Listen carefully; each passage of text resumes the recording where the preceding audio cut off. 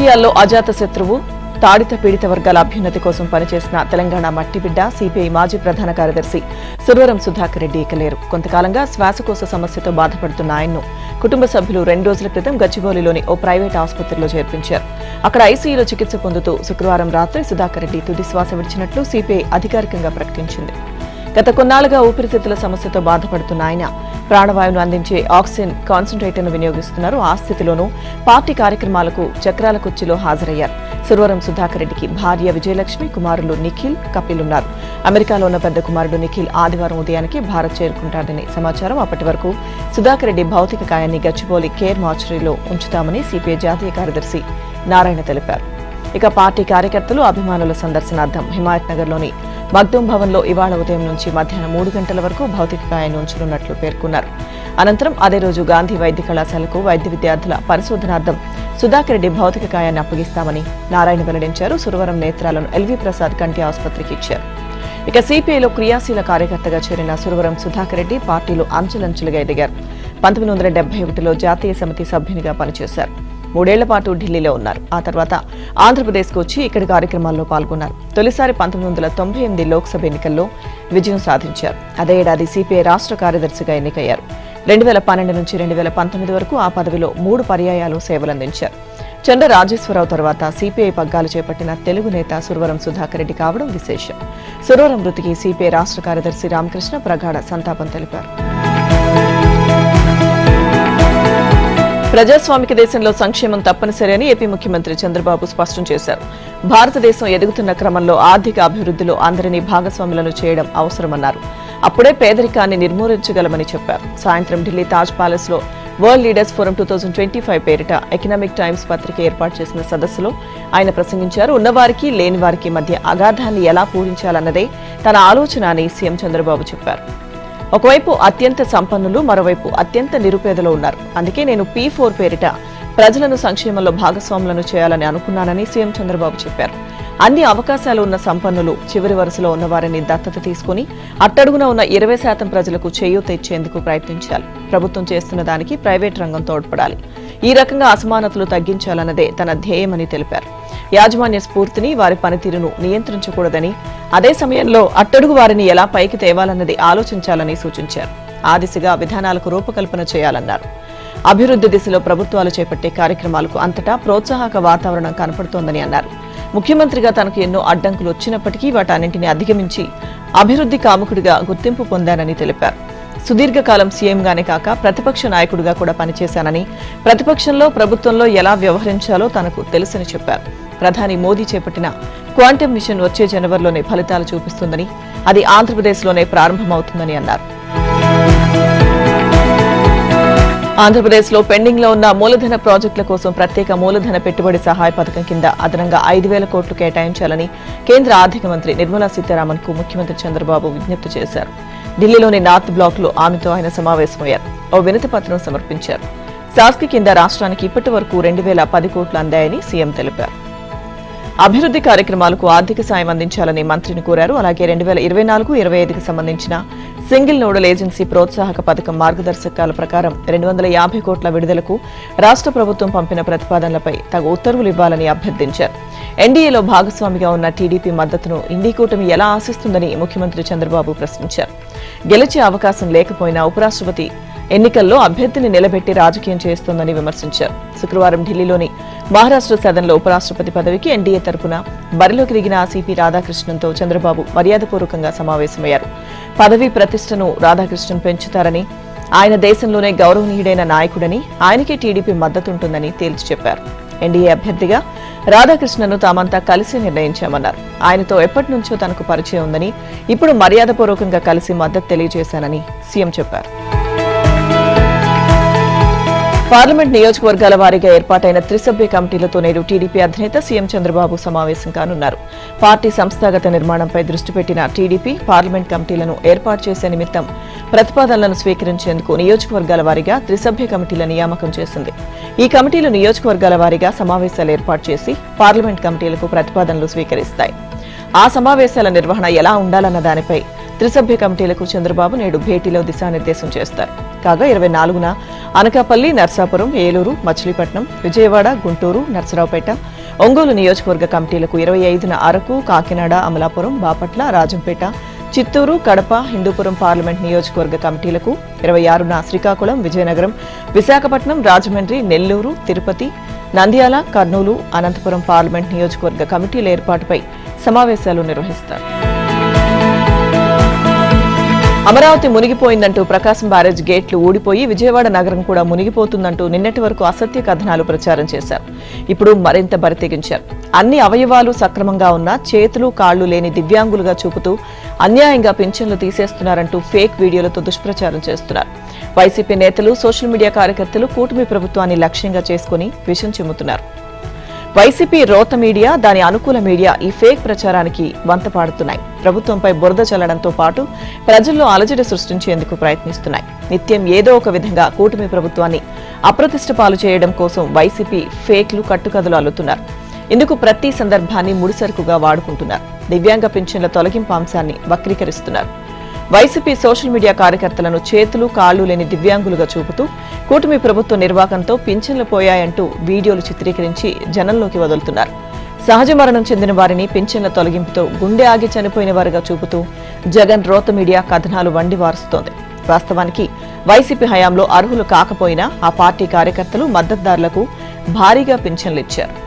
అప్పట్లో సుమారు 2 లక్షల మందికి దివ్యాంగ పింఛన్లు ఇవ్వగా వీరిలో అధిక శాతం బోగస్ సదరం సర్టిఫికెట్లతో పింఛన్లు పొందినవారే. ఇక ప్రస్తుతం ఈ పింఛన్లకు సంబంధించి వెరిఫికేషన్ జరుగుతోంది. సుమారు 80,000 మంది బోగస్ సదరం సర్టిఫికెట్లతో పింఛన్లు పొందినట్లుగా గుర్తించారు.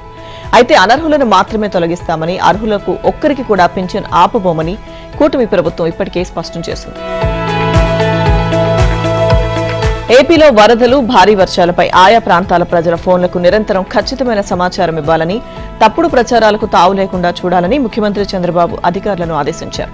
సమస్య వచ్చాక అధికార యంత్రాంగం స్పందించడం కన్నా ముందుగానే సన్నద్దమై ప్రజలకు ఇబ్బందులు లేకుండా చూడాలని సూచించారు. కృష్ణా, గోదావరి నదులకు ఎగువ నుంచి వస్తున్న భారీ ప్రవాహాలు, వరదల పరిస్థితిపై ఢిల్లీ నుంచి ఆయన అధికారులతో టెలికాన్ఫరెన్స్ నిర్వహించారు. సీఎస్ విజయానంద్, డీజీపీ హరీష్ కుమార్ గుప్తాతో పాటు వివిధ శాఖల అధికారులతో తాజా పరిస్థితులపై ఆరా తీశారు. 2 నదులకు వస్తున్న ప్రవాహాలు, పలు ప్రాంతాల్లో నీట మునిగిన పంటలు, నివాస సముదాయాలకు సంబంధించిన పరిస్థితిని అధికారులు సీఎంకు వివరించారు. ప్రస్తుతం ధవళేశ్వరం బ్యారేజ్ నుంచి వచ్చిన వరద నీరు దిగువకు విడుదలవుతోందని చెప్పారు. గోదావరి వరదల కారణంగా పరివాహక ప్రాంతాల్లోని లంక గ్రామాలు, పోలవరం ముంపు గ్రామాలకు రాకపోకలు నిలిచిపోయాయని వివరించారు. ఈ ప్రాంతాల్లో ప్రజలను ఎప్పటికప్పుడు అప్రమత్తం చేయడంతో పాటు అవసరమైన ఏర్పాట్లు చేయాలని సీఎం చంద్రబాబు అధికారులను ఆదేశించారు. ఉపరాష్ట్రపతి ఎన్నికల్లో టీడీపీ మద్దతు ఆశించిన ఇండీ కూటమి నేతలపై ఆ పార్టీ అధినేత, ఏపీ ముఖ్యమంత్రి చంద్రబాబు నీళ్లు గుమ్మరించారు. ఆయన శుక్రవారం ఢిల్లీలోకి రాగానే ఎన్డీఏ ఉపరాష్ట్రపతి అభ్యర్థి సిపి రాధాకృష్ణన్ను కలుసుకుని పూర్తి మద్దతు ప్రకటించడం, లోక్సభ ఎన్నికలకు ముందు నుంచే టీడీపీ ఎన్డీఏలో కొనసాగుతోందని స్పష్టం చేయడంతో ఇండీ వర్గాలు ఆశలు వదులుకున్నాయి. చంద్రబాబును ఎలాగైనా కలుసుకుని సహకారం కోరాలని భావించిన ప్రతిపక్ష కూటమి నేతలు మౌనంగా ఉండిపోయారు. ఆయన వైఖరిని ముందుగానే ఊహించిన కాంగ్రెస్ నేతలు వైసీపీపై కన్నేశారు. ఆ పార్టీ ఎంపీలను నిరంతరం సంప్రదిస్తున్నట్లు తెలుస్తోంది. వారు కూడా స్పందిస్తున్నారు. ఏఐసీసీ ప్రధాన కార్యదర్శి జయరాం రమేష్ గురువారం వైసీపీ ఎంపీ వైవి సుబ్బారెడ్డితో కీలక చర్చలు జరిపారు. తమ చేతుల్లో ఏమీ లేదని, తమ అధినేత జగన్మోహన్ రెడ్డి నిర్ణయం తీసుకోవాలని సుబ్బారెడ్డి తెలిపారు. ఏఐసీసీ అధ్యక్షుడు, రాజ్యసభలో ప్రతిపక్ష నేత మల్లికార్జున ఖర్గే ఆహ్వానం మేరకు మరో వైసీపీ ఎంపీ మేడా రఘునాథ్ రెడ్డి ఆయన నివాసానికి వెళ్లి చర్చించారు. కర్ణాటక రాజకీయాల్లో ఖర్గే క్రియాశీలకంగా ఉన్నప్పటి నుంచే తనకు తెలుసని, అందుకే ఆయన రమ్మనడంతో స్నేహపూర్వకంగా వెళ్లానని రఘునాథ్ రెడ్డి చెప్పారు. ఖర్గే తనను ఉపరాష్ట్రపతి అభ్యర్థి జస్టిస్ సుదర్శన్ రెడ్డికి మద్దతివ్వాలని కోరలేదని ఆయన అన్నప్పటికీ వారిద్దరి మధ్య అదే అంశంపై ప్రధానంగా చర్చలు జరిగినట్లు సమాచారం. ఎంపీలతో పాటు ఏకంగా జగన్తోనే కాంగ్రెస్ నేతలు ఆయన సన్నిహితుల ద్వారా సంప్రదింపులు జరుపుతున్నట్లు తెలిసింది. తనకేమీ తెలియదు, అంతా పైవాళ్ల నిర్ణయమే అని వైసీపీ హయాంలో ఎక్సైజ్ శాఖ మంత్రిగా పనిచేసిన నారాయణస్వామి స్పష్టం చేసినట్లు తెలిసింది. ముడుపులకు వీలుగా మద్యం పాలసీని మార్చడంలో తన పాత్ర, ప్రమేయం ఏమీ లేదని చెప్పినట్లు సమాచారం. లిక్కర్ స్కామ్పై దర్యాప్తు చేస్తున్న ప్రత్యేక దర్యాప్తు బృందం అధికారులు శుక్రవారం తిరుపతి జిల్లా పుత్తూరులో మాజీ మంత్రిని 7 గంటల పాటు విచారించారు. దోపిడీకి అనుకూలంగా జగన్ ప్రభుత్వం తీసుకొచ్చిన మద్యం పాలసీ, ఆన్లైన్ ఆర్డర్ల విధానం రద్దు, మద్యం కొనుగోళ్లలో డిజిటల్ పేమెంట్ విధానాన్ని పక్కన పెట్టడంపై సిట్ అధికారులు అడిగిన ప్రశ్నలకు అన్ని నిర్ణయాలు పైవాళ్లే తీసుకున్నారంటూ ఒకటే జవాబు పదే పదే చెప్పారని సమాచారం. లిక్కర్ స్కామ్ లో కీలక సూత్రధారి రాజ్ కసిరెడ్డి ఇతర నిందితులు ఇచ్చిన వాంగ్మూలాల ఆధారంగా ప్రశ్నలు వేసినా ఆయన స్పందనలో మాత్రం తేడా లేదని తెలిసిందే. గత నెలలో నోటీస్ ఇచ్చి విచారణకు పిలవగా అనారోగ్య కారణాలు సాకుగా చూపించి నారాయణస్వామి ముఖం చాటేశారు. అయితే అప్పట్లో నారాయణస్వామి ఇంటికెళ్లి ప్రశ్నించారు. ఇప్పుడు మరోమారు అదనపు ప్రశ్నలతో పుత్తూరు వెళ్లి ప్రశ్నించారు. ఎక్కువ ప్రశ్నలకు తెలీదు, గుర్తులేదు, మర్చిపోయా అనే బదులిచ్చినట్లు తెలిసింది.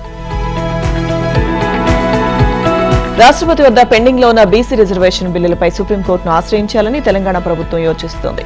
ప్రభుత్వ బిల్లులను ఆమోదం కోసం గవర్నర్ కు రాష్ట్ర ప్రభుత్వాలు పంపినప్పుడు వాటిపై 90 రోజుల్లోగా నిర్ణయం తీసుకోవాలంటూ ఇటీవల సుప్రీంకోర్టు వ్యాఖ్యానించిన నేపథ్యంలో ఈ యోచన చేస్తోంది. విద్య, ఉద్యోగాలు, స్థానిక ఎన్నికల్లో బీసీలకు 42% రిజర్వేషన్ కల్పిస్తూ మార్చి 17న తెలంగాణ అసెంబ్లీ ఆమోదించిన 2 బిల్లులు రాష్ట్రపతి వద్దకు చేరిన సంగతి తెలిసిందే. అయితే 5 నెలలుగా రాష్ట్రపతి వద్దనే ఆ 2 బిల్లులు పెండింగ్ లో ఉన్నాయి.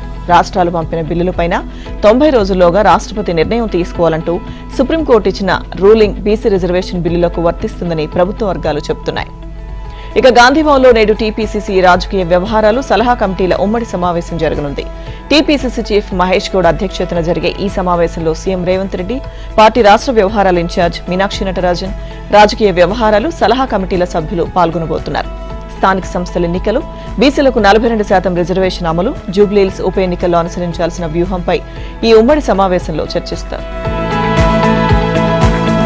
తెలంగాణ అసెంబ్లీ ఎన్నికల్లో తమ పార్టీ టికెట్పై గెలిచి కాంగ్రెస్ లో చేరిన 10 మంది ఎమ్మెల్యేలపై అనర్హత వేటు వేయాలంటూ బీఆర్ఎస్ ఇచ్చిన ఫిర్యాదుల పరిష్కారానికి స్పీకర్ గడ్డం ప్రసాద్ కుమార్ ఉపక్రమించారు. బీఆర్ఎస్ ఫిర్యాదు దృష్ట్యా విచారణకు హాజరై వివరణ ఇవ్వాలని 5 ఎమ్మెల్యేలకు ఆయన నోటీసులు జారీ చేసినట్లు తెలిసింది. మిగిలిన 5 ఎమ్మెల్యేలకు స్పీకర్ కార్యాలయం నోటీసులను సిద్ధం చేస్తుండగా వారికి త్వరలోనే జారీ చేయనున్నట్లు సమాచారం.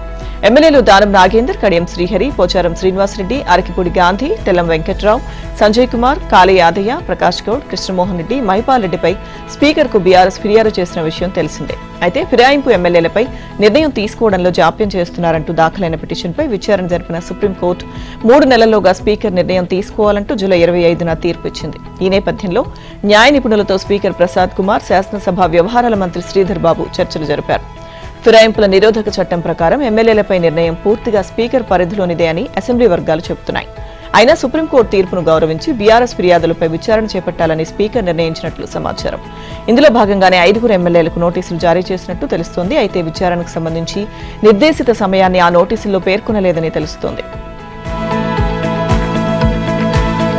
కాళేశ్వరం ప్రాజెక్టులో అవకతవకలు జరిగాయన్న ఆరోపణలపై ప్రభుత్వం నియమించిన పీసీ ఘోష్ కమిషన్ ఇచ్చిన నివేదికను కొట్టివేయాలని కోరుతూ కేసీఆర్, హరీష్ వేసిన పిటిషన్లపై మధ్యంతర ఉత్తర్వులు ఇవ్వడానికి హైకోర్టు నిరాకరించింది. ఆ నివేదిక ఆధారంగా ఇప్పటికిప్పుడు ప్రభుత్వం చర్యలు తీసుకుంటుందని పిటిషనర్లు అనవసరంగా ఆందోళన చెందుతున్నారని వ్యాఖ్యానించింది. నివేదికను శాసనసభలో పెట్టి చర్చించిన తర్వాతే తదుపరి చర్యలు తీసుకుంటామని తెలంగాణ ప్రభుత్వం చాలా స్పష్టంగా పేర్కొంటోందని, ఈ మేరకు కేబినెట్ తీర్మానాన్ని సైతం అందజేశారని పేర్కొంది. ఎంక్వైరీ కమిషన్ రిపోర్టును అసెంబ్లీలో పెట్టి చర్చలు జరపవచ్చని చట్టంలోనే ఉందనే విషయాన్ని హైకోర్టు గుర్తు చేసింది. కమిషన్ రిపోర్టు ఆధారంగా ఇప్పటికిప్పుడు చర్యలు తీసుకోబోమని ప్రభుత్వం చెబుతున్నందున ఈ దశలో ఎలాంటి మధ్యంతర ఉత్తర్వులు అవసరం లేదని పేర్కొంది. ఇక తాము వెబ్సైట్లో పెట్టలేదని ఏజీ సుదర్శన్ రెడ్డి చెప్పగా, ఒకవేళ వెబ్సైట్లో పెట్టి ఉంటే దాన్ని తొలగించాలని ఆదేశాలు జారీ చేసింది. కాళేశ్వరంపై నిజానిజాలను అసెంబ్లీ వేదికగా తేల్చుకోవాలని బీఆర్ఎస్ నిర్ణయించినట్లు తెలుస్తోంది. ఇక ఈ నేపథ్యంలో శుక్రవారం ఎర్రవల్లిలోని ఫామ్ హౌస్ లో కేసీఆర్తో ముఖ్య నేతలు కేటీఆర్, హరీష్ రావు, ప్రశాంత్ రెడ్డి, వినోద్ కుమార్, దామోదరరావు సమావేశమయ్యారు. విచారణలో కోర్టు అడిగిన ప్రశ్నలు, ప్రభుత్వం తరపు న్యాయవాది ఇచ్చిన సమాధానాలు, తదుపరి ఏం చేయాలన్న దానిపై అధినేతతో చర్చించారు. కాళేశ్వరంపై నిజానిజాలను అసెంబ్లీ వేదికగా ప్రజల ముందుకు తీసుకెళ్దామని, ఎట్టి పరిస్థితులను వెనక్కి తగ్గకూడదని సూచించినట్లు సమాచారం. యూరియా కొరత సమస్యను అధిగమించడానికి తెలంగాణ ప్రభుత్వం స్థానిక వనరులపై దృష్టి పెట్టింది. తెలంగాణలో అందుబాటులో ఉన్న రామగుండం ఎరువుల కర్మాగారం నుంచి వీలైనంత త్వరగా యూరియా తీసుకునే అంశంపై దృష్టి పెట్టింది. సాంకేతిక సమస్యలతో యూరియా ఉత్పత్తి నిలిచిపోయిన ఆర్ఎఫ్సీఎల్లో మరమ్మతులు పూర్తి చేసి ఉత్పత్తి ప్రారంభిస్తే రైతులకు యూరియా అందించవచ్చనే అంశంపై తెలంగాణ మంత్రి తుమ్మల నాగేశ్వరరావు కసరత్తు చేశారు. ఆర్ఎఫ్సీఎల్ ఎండీని నేడు సెక్రటేరియట్ కు రావాలని సూచించారు. మరమ్మతుల కోసం డెన్మార్క్ నుంచి ఇంజనీర్ల బృందం వచ్చి ఆ పనుల్లో మునిగిపోయింది. ఇక మరోవైపు యూరియా కొరతపై రాష్ట్రానికి చెందిన కేంద్ర మంత్రులు కిషన్ రెడ్డి, బండి సంజయ్తో తుమ్మల ఫోన్లో మాట్లాడారు. రామగుండం కర్మాగారంలో సాంకేతిక సమస్యలు పరిష్కరించి యూరియా ఉత్పత్తి ప్రారంభించి ఈ నెల రాష్ట్రానికి రావాల్సిన 63,000 మెట్రిక్ టన్నుల యూరియా వచ్చేలా చర్యలు తీసుకోవాలని బండి సంజయ్కు విజ్ఞప్తి చేశారు. కేంద్రం నుంచి రాష్ట్రానికి రావాల్సిన యూరియా సరఫరా తక్షణమే చేసేలా చర్యలు తీసుకోవాలని కిషన్ రెడ్డికి విజ్ఞప్తి చేశారు. రాష్ట్రానికి రావాల్సిన కోటాను వెంటనే పంపేలా ఏర్పాట్లు చేస్తామని కిషన్ రెడ్డి హామీ ఇచ్చారు. తెలంగాణ పంటల అవసరాలకు దోసిళ్ల కొద్దీ డిమాండ్ ఉంటే అందుబాటులో ఉన్న యూరియా పిడికిడంత మాత్రమే. ఫలితంగా చాంతాడంత క్యూలో గంటల కొద్దీ నిల్చున్నా సరుకు దొరుకుతుందన్న నమ్మకం ఉండడం లేదు. అదృష్టం కొద్దీ దొరికినా అది అరకొరనే. ఆ 1-2 బస్తాలతో పంటల అవసరాలు ఏం తీరుతాయి? ఫలితంగా రైతుల్లో అదే కన్నెర్ర, ఆగ్రహ జ్వాల. ఎరువుల కేంద్రాల వద్దే నిరసనలు, రోడ్లపై ధర్నాలు, రాస్తారోకోలు కొనసాగుతున్నాయి. మహబూబాబాద్ జిల్లా కేంద్రంలో యూరియా కోసం మహబూబాబాద్ తొర్రూరు ప్రధాన రహదారిపై రైతులు 2 గంటల పాటు ధర్నా నిర్వహించారు. 4 రోజుల క్రితమే టోకెన్లు తీసుకున్న రైతులు ఉదయం నుంచి క్యూలో నిల్చున్నా యూరియా ఇవ్వకపోవడంతో ఆందోళనకు దిగారు. మహబూబాబాద్ మండలం పర్వతగిరి శివారు లక్ష్మతండా రైతు భూక్యా గౌప పురుగుల మందు డబ్బాతో ఆందోళన కార్యక్రమానికి రాగా పోలీసులు అతని నుంచి దాన్ని లాక్కున్నారు. మంచిర్యాల జిల్లా చెన్నూరులో యూరియా దొరికినందుకు నిరసనగా రైతులు మార్కెట్ కమిటీ కార్యాలయంలో స్వీయ నిర్బంధం చేసుకున్నారు. కామారెడ్డి జిల్లా బీబీపేటలోనూ క్యూలైన్లో చెప్పులు పెట్టారు. పాలన తెలియని అసమర్థులు రాజ్యమేలుతూ ఉండడంతోనే వ్యవసాయ రంగం సంక్షోభంలో పడిందని, తెలంగాణ రైతన్నలను కాంగ్రెస్ అరిగోస పెడుతోందని, ఆ పార్టీ పతనం ప్రారంభమైందని బీఆర్ఎస్ వర్కింగ్ ప్రెసిడెంట్ కేటీఆర్ అన్నారు. ఇక రైతులకు వ్యతిరేకంగా బీజేపీ ప్రభుత్వం వ్యవహరిస్తూ రాష్ట్రానికి యూరియాను కేటాయించకుండా బీఆర్ఎస్ పార్టీతో కలిసి కుట్రలు చేస్తుందని మంత్రి సీతక్క ఆరోపించారు. రైతులు సంతోషంగా ఉంటే బీజేపీ బీఆర్ఎస్ ఓర్వలేకపోతున్నాయని విమర్శించారు. సికింద్రాబాద్లోని మోండా మార్కెట్లో దళితుడిపై మార్వాడీల దాడిని ఖండిస్తూ ఓయూజేఏసీ, టీజీజేఏసీ పిలుపు మేరకు తెలంగాణ రాష్ట్రంలోని పలు పట్టణాలు, మండల కేంద్రాల్లో వ్యాపారులు ప్రదర్శనలు చేశారు. ముందు జాగ్రత్త చర్యగా గురువారం రాత్రి ఓయూలోని ఎన్ఆర్ఎస్ హాస్టల్లో ఉన్న ఓయూజేఏసీ చైర్మన్ తిరుపతి నాయకుడు వేణుగోపాల్ ను టాస్క్ ఫోర్స్ పోలీసులు అరెస్ట్ చేశారు. ఉస్మానియా యూనివర్సిటీలో పటిష్ట భద్రతను ఏర్పాటు చేసిన పోలీసులు జేఏసీ విద్యార్థి నేతలను లోపలికి వెళ్లేందుకు అనుమతించలేదు. ఆర్ట్స్ కాలేజ్ వద్ద విద్యార్థి నేతలను పోలీసులు అరెస్ట్ చేయడాన్ని నిరసిస్తూ హబ్సిగూడలో నవకార్ గోల్డ్ షాప్ వద్ద టైర్ తగలబెట్టారు. ఈ ఘటనలో జేఏసీ వైస్ చైర్మన్ పాపారావు సహా 8 మందిని అరెస్ట్ చేశారు. రంగారెడ్డి జిల్లా ఇబ్రహీంపట్నం, కట్టాల్, ఆమన్గల్ మండలాల్లో బంద్ జరిపారు. ర్యాలీకి అనుమతి ఇవ్వకపోవడంతో ఆమన్గల్ వ్యాపారులు తమ దుకాణాల వద్దే నిరసన తెలిపారు. మార్వాడీల దుకాణాల వద్ద పోలీసులు భద్రతను ఏర్పాటు చేశారు. కట్టాల్ మండల కేంద్ర వ్యాపారులు హైదరాబాద్ శ్రీశైలం జాతీయ రహదారిపై రాస్తారోకో చేసి స్థానిక అంబేద్కర్ విగ్రహానికి వినతిపత్రం సమర్పించి నిరసన తెలిపారు. ఏపీలో గోదావరి వరద క్రమంగా తగ్గుముఖం పడుతోంది. ప్రస్తుత సీజన్లో మొదటిసారిగా ధవళేశ్వరం వద్ద 2వ ప్రమాద హెచ్చరిక స్థాయి దాటి ఉధృతంగా ప్రవహించింది. కాటన్ బ్యారేజ్ వద్ద గురువారం ఉదయం మొదటి ప్రమాద హెచ్చరిక జారీ కాగా 18 గంటల వ్యవధిలో అర్ధరాత్రి నీటి మట్టం 13 అడుగులకు చేరడంతో 2వ ప్రమాద హెచ్చరిక జారీ చేశారు. శుక్రవారం మధ్యాహ్నం 2 గంటల వరకు క్రమంగా పెరిగిన నీటి మట్టం 14 అడుగులకు చేరుకుని నిలకడగా కొనసాగింది. ఇవాళ ఉదయం 2వ ప్రమాద హెచ్చరికను ఉపసంహరించే అవకాశం ఉంది. ఇక డాక్టర్ బిఆర్ అంబేద్కర్ కోనసీమ జిల్లాలోని లంక గ్రామాలను వరద ముంచెత్తుతోంది. ఆలమూరు, ముమ్మిడివరం, కే గంగవరం, పి గన్నవరం, మామిడి కుదురు, ఐనవిల్లి మండలాల్లో లంక గ్రామాలకు వెళ్లే రహదారులన్నీ వరదలో మునిగిపోవడంతో పడవలపై ప్రయాణాలు సాగిస్తున్నారు. ఆల్మూరు మండలం మూలస్థాన అగ్రహారం వద్ద ఇటీవల నిర్మించిన కాజ్వే గోదావరి వరద ఉధృతికి కొట్టుకుపోయింది. విపక్ష కూటమి ఇండియా ఉపరాష్ట్రపతి అభ్యర్థి జస్టిస్ సుదర్శన్ రెడ్డి నక్సలిజం మద్దతుదారు అంటూ కేంద్ర హోంమంత్రి అమిత్ షా తీవ్ర ఆరోపణలు చేశారు. ఛత్తీస్గఢ్ లో ఒకప్పుడు నక్సలైట్లపై పోరాటానికి నడుం కట్టిన సల్వాజుడును నిషేధిస్తూ 2011లో ఆయన ఇచ్చిన తీర్పే దీనికి నిదర్శనమన్నారు. సల్వాజుడును నిషేధించకపోతే నక్సలిజం 2020 నాటికే పూర్తిగా తుడిచిపెట్టుకుపోయేదని చెప్పారు. కేరళకు చెందిన ప్రముఖ మీడియా సంస్థ మలయాళ మనోరమ శుక్రవారం కొచ్చిలో ఏర్పాటు చేసిన ఒక సదస్సులో మాట్లాడుతూ అమిత్ షా ఈ వ్యాఖ్యలు చేశారు. నక్సలిజం భావజాలానికి ప్రేరేపితులైనందువల్లే సుదర్శన్ రెడ్డి సల్వాజుడంకు వ్యతిరేకంగా తీర్పిచ్చారని అన్నారు. నక్సలిజానికి మద్దతు ఇవ్వడానికి ఆయన సుప్రీంకోర్టు వంటి అత్యున్నత సంస్థను ఉపయోగించుకున్నారని ఆరోపించారు. వామపక్షాల ఒత్తిడితోనే కాంగ్రెస్ పార్టీ సుదర్శన్ రెడ్డిని ఉపరాష్ట్రపతి అభ్యర్థిగా నిలబెట్టిందని విమర్శించారు. నక్సలిజం సమస్యతో కేరళ కూడా ఒకప్పుడు సతమతమైందని, రాష్ట్రంలో కాంగ్రెస్ పార్టీ గెలిచే అవకాశాలు లేవని అమిత్ షా పేర్కొన్నారు. తీవ్ర నేరారోపణలతో అరెస్టైన వ్యక్తులు జైలు నుంచి పాలన సాగించడం ఇకపై కుదరదని ప్రధాని నరేంద్ర మోదీ స్పష్టం చేశారు. 30 రోజులకు పైగా జైల్లో ఉన్న పీఎం, సీఎం, కేంద్ర, రాష్ట్రాల మంత్రులు 31వ రోజున ఆటోమేటిక్ గా పదవిని కోల్పోయేలా తీసుకొచ్చిన బిల్లును ఆయన సమర్థించారు. 50 గంటల పాటు జైలు శిక్ష అనుభవించిన ఒక ప్రభుత్వ ఉద్యోగి తన ఉద్యోగాన్ని కోల్పోతాడు. ముఖ్యమంత్రి, ప్రధానమంత్రి, మంత్రులకు ఈ నిబంధన ఎందుకు వర్తించదు? వారు జైల్లో ఉన్నా కూడా ప్రభుత్వంలో కొనసాగుతున్నారు. కొంతకాలం క్రితం కొందరు నేతలు జైళ్ల నుంచే ఫైళ్లపై సంతకాలు చేయడం, ప్రభుత్వ ఆదేశాలు ఇవ్వడం చూశాం. నాయకులే ఇలా ఉంటే ఇక అవినీతిపై ఎలా పోరాడగలమని ప్రధాని మోదీ ప్రశ్నించారు. త్వరలో అసెంబ్లీ ఎన్నికలు జరగనున్న బీహార్లో ఆయన పర్యటించారు. గయాజీలో విద్యుత్, రోడ్డు, ఆరోగ్యం, పట్టణాభివృద్ధి, నీటి సరఫరా రంగాల్లో 13,000 కోట్ల విలువైన ప్రాజెక్టులకు ప్రారంభోత్సవాలు, శంకుస్థాపనలు చేశారు. ఈ సందర్భంగా నిర్వహించిన సభలో మోదీ ప్రసంగించారు. ఆర్జేడీ పాలనను లాంతరికంగా అభివర్ణించారు. రాష్ట్రాన్ని అంధకారం, అశాంతి, వెనుకబాటుతనంలోకి నెట్టేశారని ఆరోపించారు. ఇక మరోవైపు పశ్చిమ బెంగాల్లోని మమతా ప్రభుత్వంపై ప్రధాని మోదీ తీవ్రస్థాయిలో విరుచుకుపడ్డారు. రాష్ట్ర అభివృద్ధికి టీఎంసీని శత్రువుగా అభివర్ణించారు. కోల్కతాలో నిర్వహించిన సభలో ఆయన ప్రసంగించారు. రాష్ట్ర ప్రజలందరికీ సంక్షేమ ప్రయోజనాలు దక్కాలంటే బీజేపీ అధికారంలోకి రావాల్సిన అవసరం ఉందని మోదీ స్పష్టం చేశారు.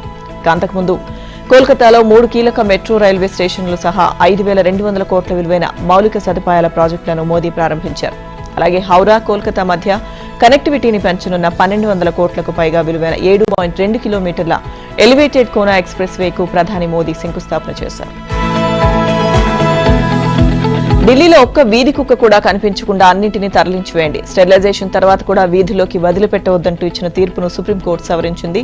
వీధుల్లో పట్టుకున్న కుక్కలను స్టెరిలైజేషన్ తర్వాత తిరిగి వీధుల్లోకి వదిలిపెట్టాలని ఆదేశించింది. అయితే రేబిస్ వ్యాధికి గురైన వాటిని, తీవ్ర స్వభావం కలిగిన వాటిని మాత్రం షెల్టర్లకే పరిమితం చేయాలని స్పష్టం చేసింది. వీధుల్లో కుక్కలకు ఆహారం పెట్టడాన్ని అనుమతించరాదని, ఈ నిబంధనను ఉల్లంఘించిన వారిపై కఠిన చర్యలు తీసుకోవాలని అధికారులను ఆదేశిస్తూ తాజా ఉత్తర్వులు జారీ చేసింది. నిజానికి వీధి కుక్కలపై ఇటీవల సుప్రీంకోర్టు తీసుకున్న నిర్ణయం జంతు ప్రేమికులను కలతపరిచింది. వీధి కుక్కల సమస్యను నియంత్రించడంలో స్టెరిలైజేషన్ ప్రక్రియకు ఉన్న ప్రాధాన్యాన్ని కోర్టు విస్మరించిందని పెటా వంటి జంతు సంరక్షణ సంస్థలు పెదవిరిచాయి. ఇక ఈ నెల 8వ తేదీన జస్టిస్ పాదివాలా నేతృత్వంలోని ద్విసభ్య బెంచ్ ఇచ్చిన తీర్పుపై ప్రధాన న్యాయమూర్తి జస్టిస్ గవాయ్ స్వయంగా కలుగజేసుకున్నారు. వీధి కుక్కల అంశంపై హైకోర్టులో దాఖలైన అన్ని పిటిషన్లను తెప్పించుకుంటామని, త్వరలోనే దీనిపై జాతీయ పాలసీని రూపొందిస్తామని తెలిపింది. వ్యక్తిగత పిటిషనర్లు, ఎన్జీఓలు 25,000 నుంచి 2 లక్షల వరకు కోర్టులో డిపాజిట్ చేయాలని ఆదేశించింది. తీర్పును కాంగ్రెస్ అగ్రనేత రాహుల్ స్వాగతించారు. జంతువుల సంరక్షణకు, ప్రజల భద్రతకు మధ్య సాధించాల్సిన సమన్వయం విషయంలో సుప్రీంకోర్టు గొప్ప ముందడుగు వేసిందన్నారు. సవరించిన కోర్టు తీర్పు జంతు ప్రేమికుల్లో సంతోషాన్ని నింపింది. బీహార్లో ఓటర్ల జాబితా సవరణ సందర్భంగా జాబితాలో పేర్లను కోల్పోయిన వారిలో ఎవరైనా తమ ఆధార్ కార్డును చూపించి తిరిగి ఓటరుగా నమోదు కావచ్చునని సుప్రీంకోర్టు స్పష్టం చేసింది. ఇప్పటికే పేర్కొన్న 11 డాక్యుమెంట్లతో పాటు ప్రజలను ఓటర్ జాబితాలో చేర్చేందుకు ఆధార్ కార్డును పరిగణలోకి తీసుకోవాల్సిందే అని సుప్రీంకోర్టు ఎన్నికల సంఘాన్ని ఆదేశించింది. బీహార్లో ఓటర్ల జాబితా సవరణపై దాఖలైన పిటిషన్లపై సుప్రీంకోర్టు శుక్రవారం వాదనలను కొనసాగించింది. కొత్త ఓటర్ల జాబితాపై తమ అభ్యంతరాలను ఓటర్లు, బూత్ స్థాయి ఏజెంట్లు ఆన్లైన్లో కూడా సమర్పించవచ్చని సూచించింది. వ్యక్తిగతంగా బూత్ లెవెల్ ఆఫీసర్ల దగ్గరికి వెళ్లి సంబంధిత డాక్యుమెంట్లను సమర్పించనక్కర్లేదని పేర్కొంది. అయితే సవరించిన జాబితాపై ఇప్పటి వరకు కేవలం బూత్ స్థాయిల నుంచి కేవలం 2 అభ్యంతరాలు రావడం పట్ల సుప్రీంకోర్టు ఆశ్చర్యం వ్యక్తం చేసింది. కానీ బూత్ లెవెల్ ఆఫీసర్ల ఫిర్యాదులను స్వీకరించకపోవడమే ఫిర్యాదుల సంఖ్య తక్కువగా ఉండడానికి కారణమని పిటిషనర్ల తరపు న్యాయవాదులు వాదించారు. ఇక ఈ నేపథ్యంలోనే ఆన్లైన్లో అభ్యంతరాలు సమర్పించవచ్చని సుప్రీంకోర్టు తెలిపింది. అమెరికా అడ్డగోలు టారిఫ్ల నేపథ్యంలో చైనాతో భారత వాణిజ్యం మళ్లీ గాడిన పడుతోంది. ఈ ఆర్థిక సంవత్సరం తొలి 4 నెలల్లోనే భారత ఎగుమతులు ఏకంగా 19.97% పెరిగాయి. వీటి విలువ $5.76 బిలియన్. ప్రభుత్వ గణాంకాల ప్రకారం 2023-24లో 1.46 లక్షల కోట్ల ఎగుమతులు జరగగా 24-25లో 1.25 లక్షల కోట్లకు తగ్గాయి.